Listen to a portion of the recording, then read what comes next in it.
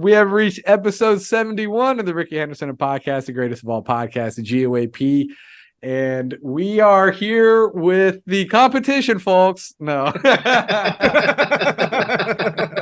No, we got Jason Burke from the Locked On A's podcast and is Inside the A's writing.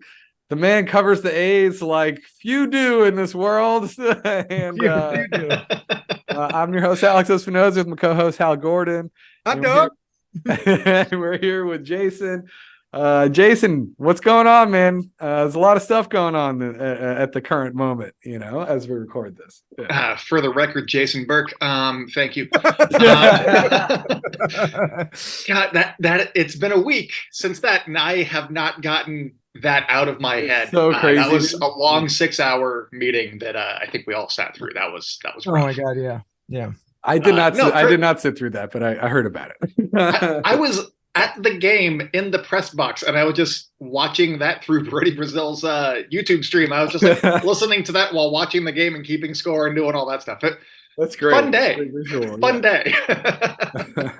Well, we should mention right here that we are recording this at 3 p.m. on Monday, June 5th. So fluid situation. Tonight, we might learn more about the A's going to Las Vegas. So, if nothing happens tonight, then enjoy this podcast. If something happens tonight and you listen to this podcast after that, well, we didn't know that. So it's by midnight, right? It's like they literally had the full day, right? It's until, because I was looking. Usually they adjourn around 12:15 a.m. the next day, so it's like the full day, right? Yeah. So I remember, I think 11:59, right? Yeah. In either 19. Well, so I don't really remember this, but I remember my dad telling me about this because I was alive, but very small. In 1988 or 89, when the state of Illinois passed funding for the White Sox stadium, it was something like they unplugged the clock in the state assembly for like 2 or 3 hours. They're like, yeah, it happened. We got it done by 12 o'clock. Yeah. So who knows? I mean, I think I wouldn't be surprised if we still don't know by midnight, but. Yeah, it feels like special session, but at the same time, weren't there reports a week ago, 2 weeks ago, that if it went to special session that they wouldn't talk about the A's bill? Does that still hold true? Who knows? Everything's fluid. Everything's wild. And also, if something does happen, it would not be the first time that I get bumped in like the last month. So I get it. It's fine. CNN bumped me. It happens. I do remember that.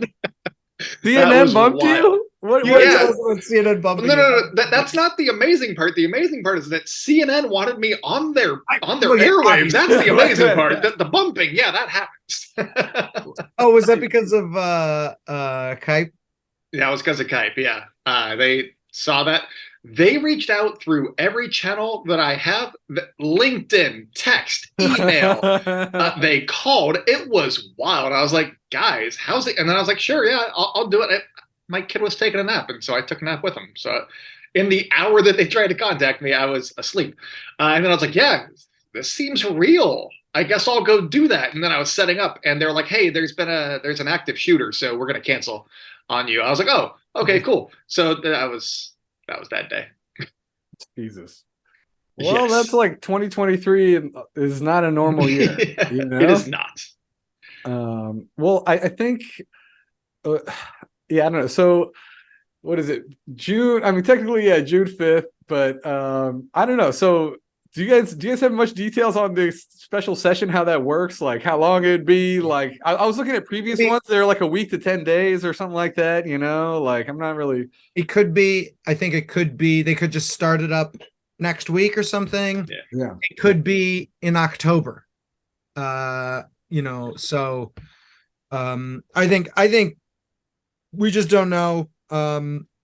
And for most people listening to the podcast, they'll probably know by then, but we don't know right now.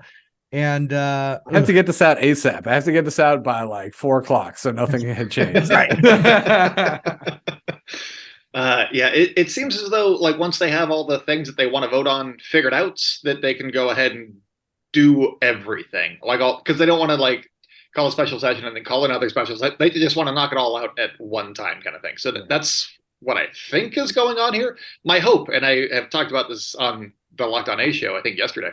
But my hope is that if it doesn't get passed or voted on today, that it doesn't happen by next Tuesday when we got the reverse boycott happening, because that I want the hope to still be there, because it'll be a rowdy crowd if they have not already signed the papers to go to Vegas. Yeah, I think that's right. Dude, Hal, what's up with also we should talk about that. It's pretty amazing what's happening with all these sell shirts and the movement you started with the Oakland 68s have organized. What's the latest tally on how much money you guys have raised, how many shirts? I mean, it's crazy. So the guys at the 68s, especially Jorge Leon, I think he had connections with Oaklandish. Yeah. Oaklandish, is just as mad as everybody else is about this, and so they wanted to know if they could do something, and so they decided they were going to print. They're going to do some printing of shirts, and they did that right, a month ago, right? Like the first time that the first in stadium. In stadium. Yeah. So they gave the 68s a box or two of those shirts. And they told the 68s that it costs them, I think about $5 or so to print it's, it's a bare bones shirt. Yeah. I think they're doing it at cost or whatever.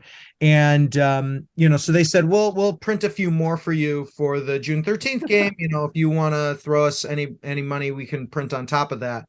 And I told Jorge, I was like, ask them if we end up just getting like a few $1,000s, like, can they handle that? And he's like, yeah, they said they can handle whatever. So it's like, let's go. It's like, that's a challenge. Like, yeah, let's do this. I mean, what's so exciting about it is it's like, it's like a stadium giveaway, but it's organized and funded by fans. So people have been, on the website, it says, $5 a shirt. So people have been donating $5. They've been donating $50. They've been donating $100. We had one guy donated $500. And so from all over the world too, right? Like Norway. Didn't Norway just do one? Yeah. Some from Norway, some from Italy. People in Australia. Actually, there's somebody who I mailed a Hal card to in the past. He then reached out and he was like, he lives in Melbourne, but he's from the Bay Area, and he had reached out like last month and was like, so is this January 13th thing for real? And I was like, yeah. He's like, okay. June, right? June 13th, right? Yeah, June 13th.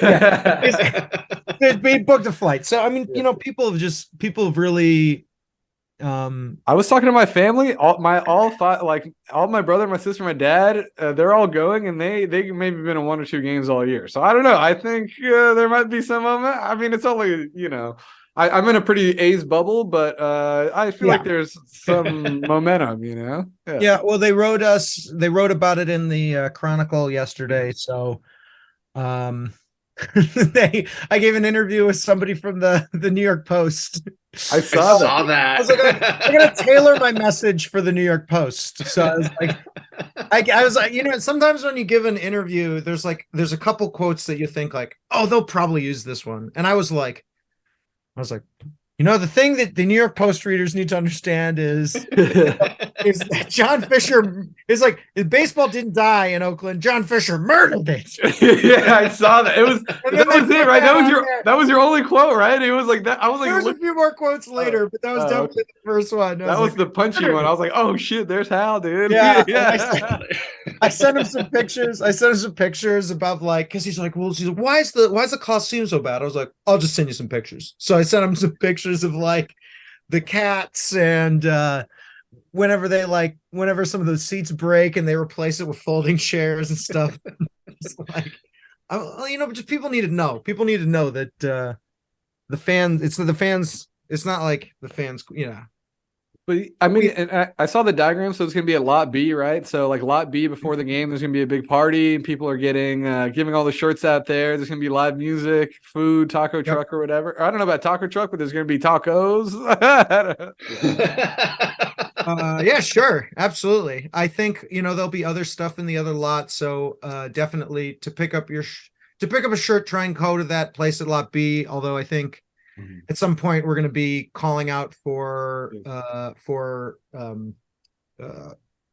volunteers to like help us pass out shirts in other parts, you know, to make sure people in Lot A get some It's gonna be shirts. cool just to see them all get handed out and spread. Like it's just gonna be a wild atmosphere, man. It's I gonna don't be know. I will wild, be you at know? this game documenting. It'll be fun. Yeah, it will be. I think the other thing we got is we created little cards that, you know, so little tiny signs for everybody, but on the back of the card it has like some directions on what to cheer when and stuff, just to Ooh. make sure that we start off every inning Solidarity. loud. Yeah. Just loud. Like I want the TV cameras to hear. I want it to be unmistakable, you know, like I'm just imagining the John Boy clip where it's just on Twitter where it's just like, just listen to these A's fans. All yell, sell the team at once, you know? So that's what I'm going for. Dude, that's awesome. Well, Jason, I mean, if people don't know by now, I think Jason probably covers the team. I mean, there's like no beat writers anymore. You're basically you're a beat writer. I mean, wouldn't say that I'm a beat writer though. you're I'm at like yeah, 3 games at a homestand, so I'm at like half the games Yeah. for a homestand, and then not on the road at all. So You're a down. I guess 3 games less than like Kawahara, I guess is how I'd phrase I mean, it. he can't. He's not even going on the road. But you're also Yeah. doing like 3 podcasts a week. Like you're like probably the most dedicated like day on. I just want to say thanks for all your coverage, dude. Yeah, I mean, I try. I feel like I am still trying to figure out what I'm doing. Like, I just got the press access this year for the writing stuff, and I'm trying to figure out like what my role is now, because before it was like speculation and all this, and now I'm like, well, the team might move, so the on the field doesn't necessarily matter as much anymore, and that's kind of what I like to talk about. So I'm still trying to find like my voice in this new capacity, and it feels like I'm struggling. So that means a lot. Thank you. Yeah. So for maybe the one person, who might listen to our podcast but has never listened to Locked On A's, we should say, Jason, you are the host of Locked On A's, which Yes. is sometimes it's daily. Is it? Sometimes it is. Yes. As we talked about before, I got the kid, and so it's supposed to be 5 days a week. It's a lot, but it's a lot. It's a lot. It's a lot of. I would say by far. When I first started following the A's, and I wasn't really into A's Cast, partly because it just feels like listening to government radio, It's on all the time, and I'm like, I want to find like the couple of tidbits that I want to do. Yeah. It's not necessarily my thing, I think. Yeah. And also it's another app that I gotta have. And I found Locked On A's right away, and I've been listening to it for a long time. So it's a great podcast. So tell us more how you ended up with stadium, with press box access. Oh boy. I mean, really what happened was somebody at Locked On A's, what I think our Mariners host, had gotten had started writing for the site Fan Nation, which is like directly below Sports Illustrated. So their credentialed media is this. So I've been introduced by other people in the A's media relations as Jason Burke from SI, and I'm like, I mean, sure, if you're going to say it, then that's what we're going with. I was going to keep saying Fan Nation, but sure, that's great for me. On the media clips, it always says Sports Illustrated by Jason Burke. Hey, you're official, dude. Yeah. Which is why I think that like CNN was like, hey, yeah, let's talk to this guy. He knows what he's talking about. He's not just some guy that wears a... So basically, last year, around this time or so, I would guess, our Mariners host had picked up a job over there, and then I was like, oh, that sounds kind of cool. I'm intrigued by that. And I had my day job that I was doing as well. And so the timing wasn't quite right. I didn't know that I'd have enough time. And then I got fired from that job. And then I was like, hey, can I go do this writing gig? And so that turned into what I do full time now, which is kind of a happy accident. And that's amazing. I got press access this year. And so that's how that happened. And now, with press access, I got to ask all of my questions that I had from last season at the beginning of this year. And now I'm like, does anybody want to talk about like how bad things are? That's not like what I want to talk about. So it's rough, because I've always been like, branded myself, I guess, as like the optimistic guy, because I just want to be happy about watching A's baseball and get people excited about A's baseball. And there's not a lot to be excited about these days, so I'm trying to find those little tiny stories that I can either write about or talk about. And so that's kind of what I'm doing now. It's fun. So Alex, you have press access a couple places, not the A's though. But Actually, I just covered a game. Yeah. I was just there last week, and I'll be there in like next week as well. But I'll be cool. I'll be When you covering going?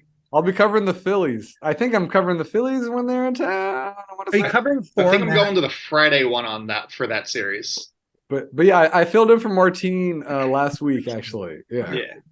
So so maybe Alex knows all about what it's like. I don't know what it's like, especially to be, to not be a necessarily traditional media guy, somebody, Jason, that you're just doing your YouTube and your podcast, and all of a sudden now you get to be credentialed media at A's games. Like, okay, obviously this season a bit of a stinker, but like that's still got to be pretty cool. What's it like? What's the cool parts? It's fun. I still enjoy it. I still like being there. Coming up with like things that are fun to talk about are harder. I'm still like with you got Martin Gallegos, he's the MLB.com beat writer. You got Matt Kawahara, the Chronicle beat writer. They're there basically every day. Those two guys will be there every day. And then sometimes you got like the Associated Press or some other people from also Jessica Kleinschmidt. Yeah, she's there every home there game. as well. Yeah. So those three are usually there, and then I'm there. And so basically this is kind of behind the curtain, I guess, but it's not like, I shouldn't say this. But like for the post game stuff, or even like the pregame with Mark Kotze, both the post and pre with Kotze, there's basically like an order that you go in, and Matt Kawahara gets to ask his questions first, and so I am like at least fourth, if not fifth, in that line, because we also got Manolo, the Spanish language broadcaster, who is before me because he's been there forever. And so I have to come up with like my questions that are like, hey, so what do you think about like the third reliever out of the bullpen today? And I think I told one of the media guys that I'm like, I have to be borderline stupid with my questions because I have to think of what they're going to ask and then like the other 8 or 9 questions before they get to me. And so that's where I'm borderline like, why are we even talking about this every day? And it's great, but sometimes I find jewels, and it's fun. It makes me, it challenges me to dig a little bit deeper. And so that's the fun part right now of the press access, is I get to ask the questions that I want to ask. Usually they do for me. And so I just sit there and I'm like, I got nothing. It's pretty remarkable. I mean, it's crazy how they find ways to like this past series was the perfect example. Like they got shut out, right? And then they lost 12-1. And then they were up 5-1 and they lost 7-5. Yeah, I think it was 7-5, right? 7-5, yeah. Yeah. I mean, at this point, it's almost like you know what you're getting on the field. So, like, do you feel like the coverage you have to almost like look off the field as more important at this point? Like, how do you balance your coverage? Like, yeah. Right now, it's been mostly Vegas, but just because like the deadline's been approaching, and also that's not like a salaried job; it is a clicks job. So those are what's getting the clicks. If I wrote like a big expose on Lucas Ursig or Hogan Harris and how I think they're pretty solid, yeah, it might get a few hundred clicks, but it's not going to get like the Las Vegas thing where something's happened. Anything happens in Las Vegas, millions of clicks. Billions. I heard it's billions with yeah. So I'm kind of tailoring it to what people want to hear about right now. I'd love for if they end up staying somehow, I would love to start talking about the prospects again and some of that stuff and trying to get more interviews with those guys. But as of right now, I don't think that anybody necessarily cares about the on the field product because, one, it's awful. But by record, the guys are trying, and I feel bad for guys like Tony Kemp and like Kotze, because Kotze, quick tangent, he seems to be doing the best that he can, and every day he comes in with a smile on his face and he's like keeping guys upbeat. Dude. And it's a real testament to him. He does a great job. And I know that people might be mad at him and they're like, they should be better. But Mark Kotze is trying his best. And so I commend him for that. Well, it's just an impossible job. I mean, what are you gonna do? I mean, there's literally nothing you can do. And then and the fact that the A's leadership doesn't take questions, Casey goes there saying, "Hey, I can't talk to anybody, so I got to talk to Mark Kotsay." And then at this point, the Kotsay is like, I don't even care. Like, we don't care about this stuff anymore. It's beyond our control. I mean, it's taking so many twists and turns.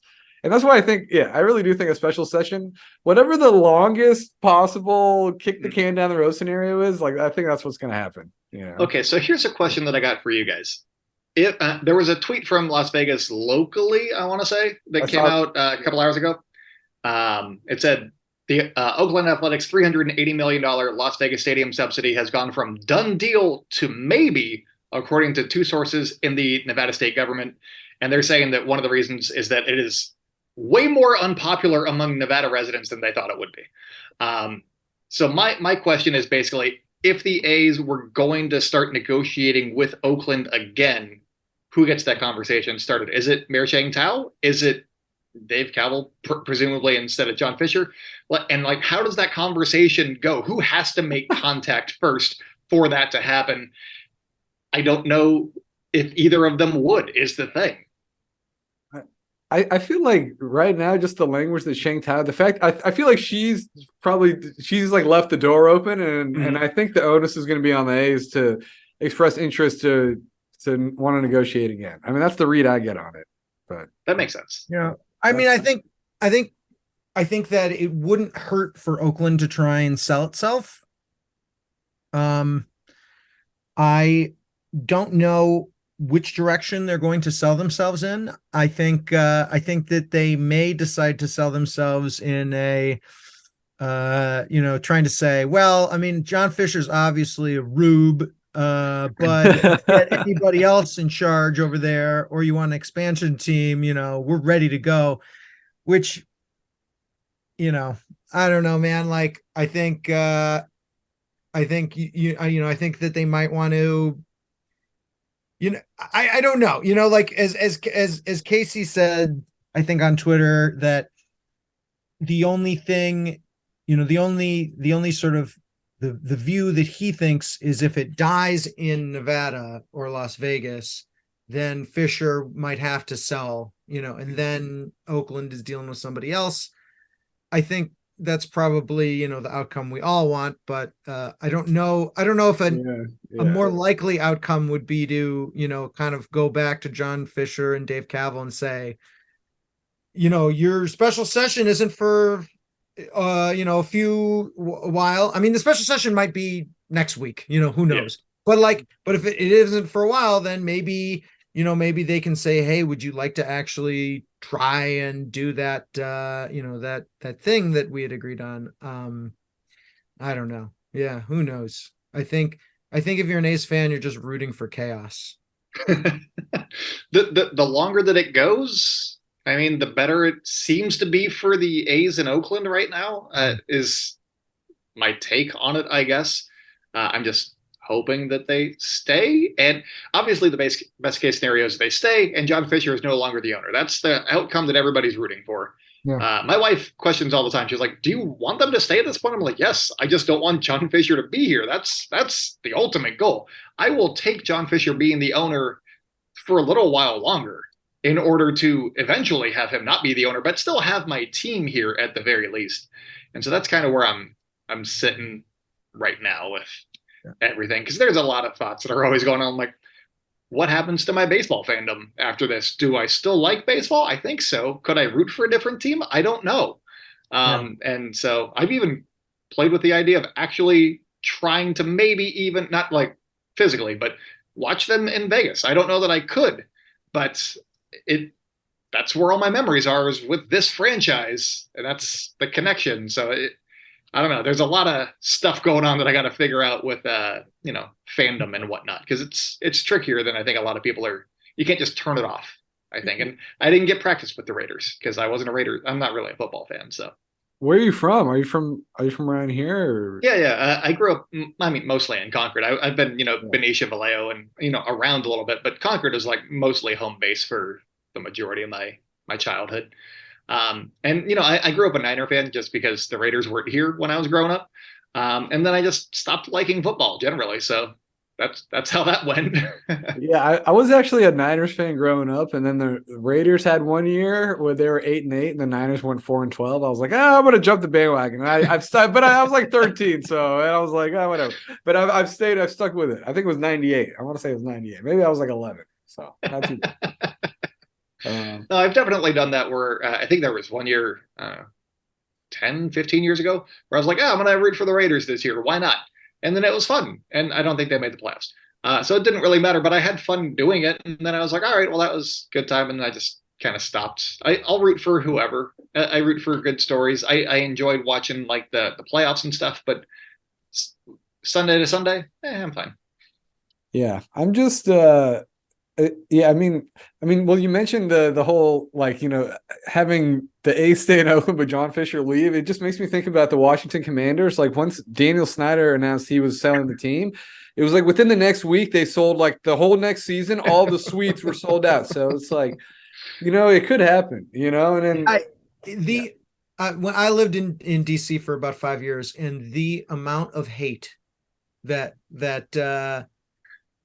Washington football / Redskins / Commanders, I guess it was the Redskins, the amount of hate that those fans had for Dan Snyder is it the same? It was impressive. They just hate so much. John Fisher or Dan Snyder? Who's getting more hate?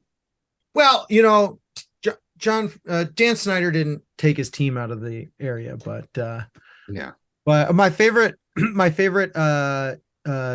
Dan Snyder fact was that he owned a home in Virginia that was like on a bluff overlooking the Potomac River, but the bluff was like part of the Potomac River national scenic area or something. But he's at the top of it, and then the trees out just across his property line are these really big old trees that are blocking his view of the river. So he looked up what the fine would be for destroying trees in the national scenic area, and it was like a misdemeanor and like a $5,000 fine. He's like, heck yeah, cut them all down. He just said screw it. He's I can $5,000 a tree. That's no problem. That's wild. So what's getting you excited about the team these days? I mean, it's not much. I mean, I think as we're recording this, they're 12-48, I believe. Is that sounds right? About right. Yeah, I think. I keep track of the win total, the loss total. It's a lot. I don't know. I just love Q Cortez on Twitter. He makes all these funny GIFs and images. He just made one that had like picture frames, and he would take the image of the final score graphic and put it on a wall. Like you're framing every win on a wall. And I was like, this is actually a perfect explanation of you. You probably won't even fill up the whole wall, He'll probably just have like a quarter wall and then but what I realized today is I've been to 4. So I think I've been to 4 games this season. Dude, Summer Pass. I was at that same game. Hey, you didn't text me back. I started using the Summer Pass. But I've been to, I think, 4 games this year, and the A's have won 3 of them. So, hey, yo. I've been. They're not quite 500 when I go, but they're not a bad team when I go. They're always in games. I think the only blowout that we had was Fuji's first start of the season. I think that was. Other than that, they've been in games that they might lose it late, but they're in these games. And so that's been fun for me. And I really think that they should employ me and take me places because I'm magic. I mean, aren't you surprised? I mean, I was only there for 1 game, but the mood was light before the game. They were just shooting hoops in that little their little locker room hoops. Oh, was it a Kemp and Love lady shooting hoops? It was Nick Allen. He was just messing around like Jokic, shooting from back here, but he was actually making them, and everybody's like, "Oh shit!" Yeah, he was killing it. But I was surprised. I'm obviously after the game, it's a graveyard in there, but before the game, it's hey, they're still making the most of the situation, Yeah, they usually have a good time beforehand, and when Ken Rosenthal came for the Cubs series back in April, he was like, "Oh, I've never seen a more depressing clubhouse," and I was like, I've only been doing this for a couple of weeks, but it seemed like they were having an okay time. I'll take Jason's report. Screw Ken Rosenthal. I'll take Jason Burke's report. Yeah, I was like, I don't know. It seemed like it's gotten a little bit more somber of late, where people are like, they kind of are keeping more to themselves. But there's been times like in April where there's like a big loss or something like that, and then you saw guys like I think Trevor May before he went on the IL was like, hey, let's go play basketball, you guys. Let's go do this. And they were like, some of the veterans were like corralling some of the younger guys and like, let's go get spirits up and stuff. You're seeing a little bit less of that just generally now, but there's some stuff like that. I'm like, that's pretty cool. Where they're trying. I don't know. It's weird that the one weird thing was why couldn't they trade Aguilar? I know that he only had a couple of hits in the month of May, but he'd been hitting lefties. They could have gotten like something for. He also went unclaimed, but I was going to say he went on waivers. I was going to say he just cleared waivers, so maybe literally nobody want. I mean, that might. I wonder if that's it for the guy. I mean, but he was good for the lock. Like he was good for the clubhouse. It's like, dude. I mean, at least keep a smile in there. If nobody's. I mean, Tony Kemp's hitting like 140, 150. Like it's. I feel rough. So bad for Tony. Yeah. I want him to succeed so much. And like before, I was like, yeah, Tony Kemp's cool. And now I'm like, no, I'm like becoming like a TK stan. I want him to succeed so badly. I introduced myself. I was like, hey, dude, Ricky Anderson, a podcast. Thanks for all your retweets. He was like, oh, good people. I've been not like scared to talk to him, but I'm like, I got nothing like of substance to talk to him about right now. So we've talked like a little bit, but and also post games and stuff. But I'm like, no, this next homestand, I have my in. We're going to talk about kids. We're going to do a Father's Day post because Seth Brown's a new dad. Tony Kemp's got another one on the way. I believe that his daughter and my son have the same birthday. So we'll talk about that. And knowing how my son is, I could see it being harder to play baseball with a child that exact age because it's a lot. So, but I don't know like how to phrase that question without making it seem like he's blaming the kid for struggles. So, I don't know. So I've stayed away from it for now. So, Tony, since your kid's been born, your batting average has dropped precipitously. What's up with that, man? Related. Yeah. And then, like, Sam Mole's got a kid, too. And there's some guys with young kids, and those are the guys that I want to talk to because we're all new dads, and that would be fun. I think that'd be something that I can relate to, and I think that it should be a good post, hopefully. So, watch out for that. Coming in hot. But yeah, I mean, yes, like what I'm excited about now, not a lot. I'm hoping for wins or like guys that are doing well in short bursts because then I can get excited about some stuff. But at the same time, like the fan in me is, are these guys going to be around like in Oakland? Are they not even like on the are they going to get traded? Are they going to be a team that I root for in a couple of years? I don't know. And so it's kind of rough in that regard, but like Ryan Noda, he's delightful. He is just a great person. I enjoy him a lot. So root for Ryan Noda. Ruiz is fun. He keeps to himself a little bit more, but he's a good time. Yeah. I like watching him play. And Jonah Bride just got called up. He remembered me from talking to him 2 years ago when he was in Midland. That was fun. So we just talked about video games again, and that was a good time. There's a bunch of just like good guys on this team, and so that's Paul what Blackburn's gets me back too. Yeah, Paul Blackburn's back. He was fun. Actually, I referenced the video that you shot the next day when I went to the ballpark, and I was like, "Hey, so yeah, you were talking about Las Vegas and blah blah blah.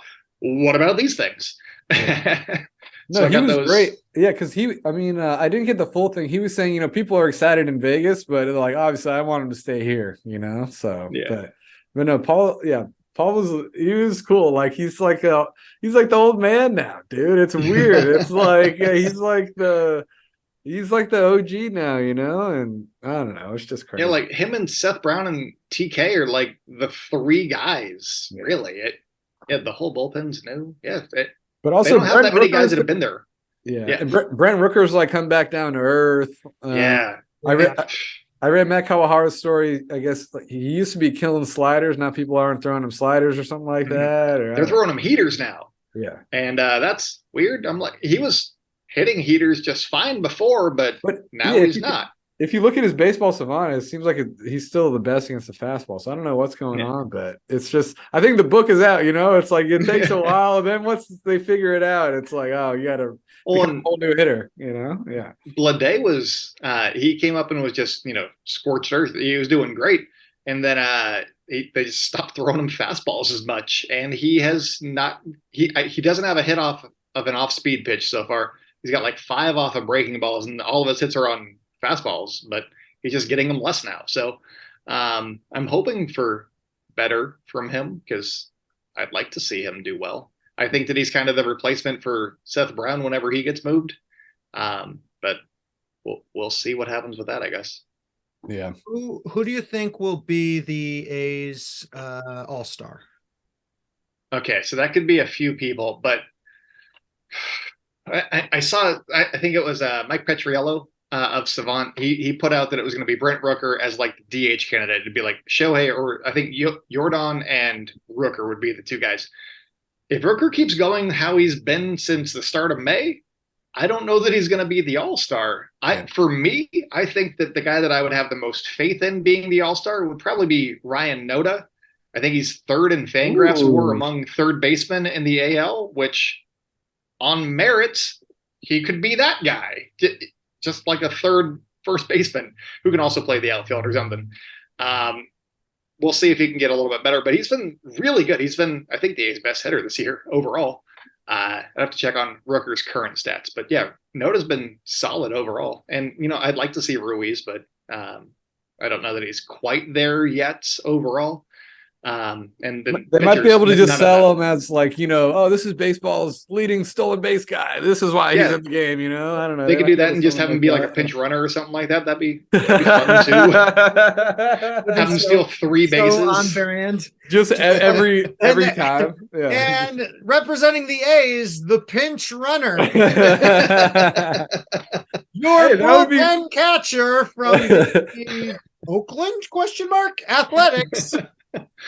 Oh, that'll be fun to keep an eye on for the All-Star game. Do they say the name of the city? You need to start a fund to get Hal up to Seattle. Hal, you just got to start vending hot dogs up there and start wearing a cell shirt. You gotta be on there. Yeah. I used to talk to other vendors about how I was always like, we should the vendors at the All-Star game should be from all 30. That'd be great. It'd be like every like June, yes, for your favorite vendor. Each stadium votes for their favorite vendor. Actually, they sort of did this. It wasn't for the All-Star game, but they did this once, I believe, in 2006 or 2007 when I was with White Sox, and so I wasn't able to participate in it because either if I was like just 21, and because I was on the the union seniority list, I would never get beer. So it was only for beer vendors because they did it. Miller Lite did it, and for like an entire month, beer vendors wore a button that had a number on it, and you could text a number, text your favorite beer vendor, and at the end of the month, the beer vendor with the most votes got to throw out the first pitch. And they had, and it was a bobblehead giveaway as well. So this is this Miller Lite, this White Sox Miller Lite. They gave this out to the first 25,000 fans. So I was gonna say, awesome. were you a beer vendor who won? I was like, did you win? No, I wasn't. This was still. I was still on rookie contract. Okay. Still pre-arbitration. Still on arbitration. Yeah. Okay, I have a question for you, Hal. Yeah. Back in like, I don't know if they were still there or not, but we had season tickets in like 2014, and there was an iced tea guy and a corn dog guy. The iced tea guy, every step that he would go up would go, iced tea, iced tea, iced tea. Do you know who that is? No. Okay. And then there was also a corn dog guy who would go, corn dog, and it was really funny. And I liked them, and I kind of want to see them go to the All-Star game too. The corn dog is like the corn dog guys were like a completely separate group. It's like clicks within the vendor. It's a different company. Like, so the guy, it used to be, grease you used to get fights. the corn dogs and like the other like fried things out in the corners, the two corners of the outfield, but that doesn't run anymore. So like that company's just gone because there's no money at the Coliseum anymore. Dude, But it's weird. Yeah. Oh, go yeah. ahead. So like the corn dog guys were like a separate guys. They just those guys just did corn dogs. And they usually weren't very good vendors because why would you just do corn dogs? Like get a better item. But like I don't know how they got those. Like sometimes they'd be Juma kids. So like they do this all the time. I don't know if they still do it at Giants, but they'll have like at-risk youths will be seat vendors, and they're so annoying because they don't know how to vend and they just like get in your way, and they like they have anyone want hot chocolate? I've never done this before. Get the hell out of my way. Like I'm trying to make money here. Okay, so I have a question. Can you rank the different vendors? Like what's the premier item? Is it hot dogs? Is it beer? Beer. Okay. And then from there, who are like the next coolest kids? Oh, well, I'm thinking everything's like the Beat It video. I know. This is so funny. There's like factions within the vending community. It's like absolutely. It like depends what stadium you're at. So and it also depends the day and the weather. Like it's so weather dependent. Like you can make. There's some days when I was at Wrigley Field where the bottled water guys would like make more than the beer guys because it was like it was like 93 degrees back then. I think like a bottle of water was like $2 or $3 or something, and so you would see these kids who had been vendors for about 4 or 5 years, so they had enough seniority to get something that wasn't beer, and they would walk out there with 72 bottles of water or 100 bottles of water, and they're just like shaking. Their bodies are shaking because they got so much water, and they're just literally just handing them out. It's like, here's because that was 6. Give me 3 times. Give me 18 real quick. Yeah, man. I can tell you the first day I ever vended. It was a Cubs game. It was Cubs against the Pirates. It was in March, and so I got the last thing. I was the last person who got a thing. And so it was a March day in Chicago. So it was probably about 50 degrees with the wind blowing in at 20 miles per hour from the lake. And I was out there selling ice cold Pepsi. And so, I mean, I probably sold 12 or 13 Pepsis or something. I was just like, I guess I'm at the ball game. This is pretty cool. Yay. And I was so tired. I was so tired at the end of carrying all these Pepsis that I didn't sell. I mean, I must have sold maybe 30 or 40 Pepsis or something, like not, but like, I think I probably made under tips and commission all included. I probably made under 40, like I probably made like $32 or something. Right. And I was so tired. I didn't realize I could just ask for a drink. In the commissary, I drank one of the Pepsis. Of course, I bought a Pepsi. You paid for it. Oh man! Well, dude, they better have more vendors because, like, dude, I was there, so I got the summer pass. I've been to like 2 or 3 of the games, and it's actually pretty sweet. I actually do like. It's pretty easy experience. Like the text thing's kind of annoying. You have to log in one time, but whatever. I noticed like the concessions are pretty much behind home plate, and that's about it. They have a little bit. They have you have a better chance down the right field line, but dude, down the left field line is pretty bare, like the whole way. Yeah, so there's nothing. They better set it up for the 13th. Like, what are you guys' expectations for the 13th? Like, are you guys expecting like for the reverse boycott? I mean, because I don't know if I'm in a bubble, so I don't know. Yeah, we're all sort of in that bubble. Yeah, so I don't. It feels like everybody's going to the game. I don't know if there's going to be enough tickets. I was looking at the website, and I actually asked the A's if they could give me the number of tickets that they had sold, and they said no. That is not something they have ever done or will ever do. So they said no on that one. And so there's that. But I was looking at the website and just going like clicking through different sections. It looked like a lot of them were like roughly half sold, which isn't terrible. But I think that I'm hoping for like slightly more, like 3/4 sold in the sections and whatnot. But hey, we'll see what happens. There's I'll still be a week happy. left. I'll be happy with 12. Like 12,000. Yeah, because Yeah. I mean, like honestly, on the Monday, Tuesday. Yeah. the Monday, there's going to be like, I want to say because summer's, it's summer now, school's out. Yeah. Like I don't know, man. Like there's going to be like maybe 5,000 or 6,000. So, you double that. 5,000 or 6,000 people is a lot of people. Yeah. Well, especially if they're all wearing the same shirt. They're all going to be wearing the same shirt. Yeah. That's right. I mean, it's what's really funny, especially last year when I was still vending, and I'd be at after the end of a homestand, I'd be at 9 A's games, and the most I'd ever seen was like 11,000 people at that game, and then I turn on the TV and see a Dodgers game and see 50,000 people there, and I'd be like, how do they even know each other? Like, how? If there was 50,000 people at the A's game, I wouldn't be able to see all my regulars. I wouldn't be able to. How would that even work? How would you even know everyone else in the stadium? That's the one thing that I've always liked about going to A's games is they don't sell out very often, so you get to kind of walk around whenever you want, wherever you want. It's great. You don't got to plan much. It's nice.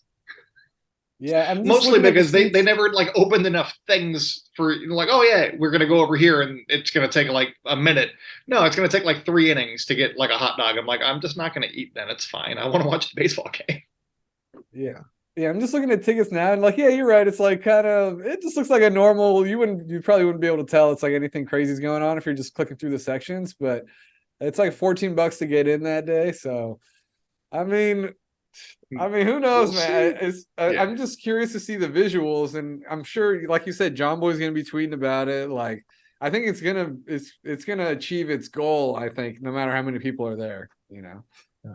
It'll be. I mean, even with the fans that have been going to games on like a Tuesday night, like against the Atlanta last week, I think they had like 5,000. It wasn't a lot of people, but it still sounded fairly loud. Like when there were like big moments happening in the game, you could hear them. They were loud, and so I'm hoping that with like double that or triple that, that it still makes a statement. So we'll see. I'm hopeful that it's gonna at least make a statement. I don't care how many people are there. I just want to see the statement being made, and hopefully it being covered with not a ha ha ha, look at the A's again.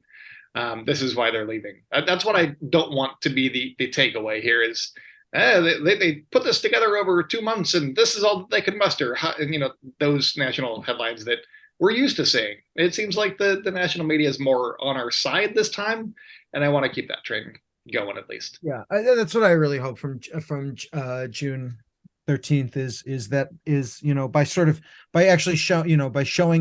by having people show up, by having like coordination with all the shirts and stuff, it'll show people, national media, like, okay, there are like people here that are being hurt or whatever. So, and the drummers are going to be there too. They're going to be there. Yeah, the 68s.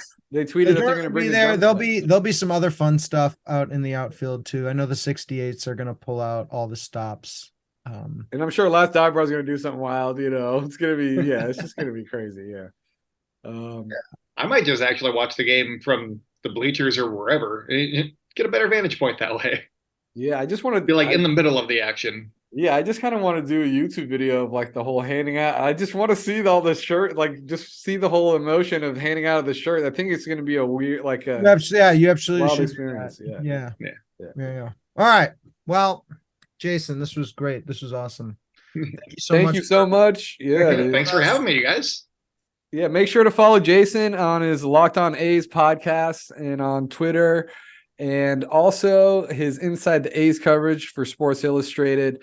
The man covers the team like Few do. I'm putting. I mean, it's you, Martine, and Matt, pretty much, dude. I mean, you guys are the people who cover the team, dude. I mean, it's awesome. So, make sure to follow them. And all right, thanks a lot for your time, man. Yeah, no worries. Thank you so much for having me. I enjoy everything that you guys do as well.